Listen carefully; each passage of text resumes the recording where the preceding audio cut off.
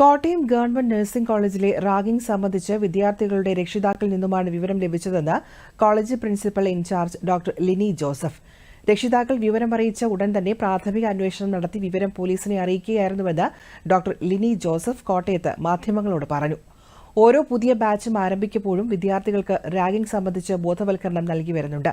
എന്നാൽ കുട്ടികൾ ആരും ഇത് സംബന്ധിച്ച പരാതികളൊന്നും നേരിട്ട് നൽകിയിരുന്നില്ല. ആരോപണ വിധേയരായ 5 വിദ്യാർത്ഥികളെയും അന്വേഷണ വിധേയമായി സസ്പെൻഡ് ചെയ്തിട്ടുണ്ടെന്നും ലിനി ജോസഫ് പറഞ്ഞു.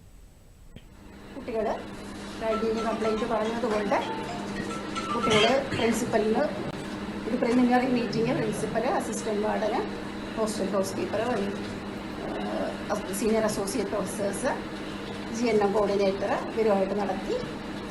അതിൽ ഒരു പ്രഥമ ദൃഷ്ട്യാ റാഗിങ്ങിൻ്റെ സംശയമുള്ളത് കൊണ്ട് അവരെഴുതി തന്ന കംപ്ലൈൻറ്റ് വെച്ച് പ്രിലിമിനറി എൻക്വയറി കോളേജ് ലെവലിൽ നടത്തി. ഇന്നലെ തന്നെ കോളേജിൽ നിന്നും ഹോസ്റ്റലിൽ നിന്നും കുട്ടികൾക്ക് അന്വേഷണ വിധേയമായി ഇനി ഉള്ള നടപടി വരുന്നതുവരെയുള്ള സസ്പെൻഷനാണ് കോളേജിൽ നിന്ന് കൊടുത്തത്.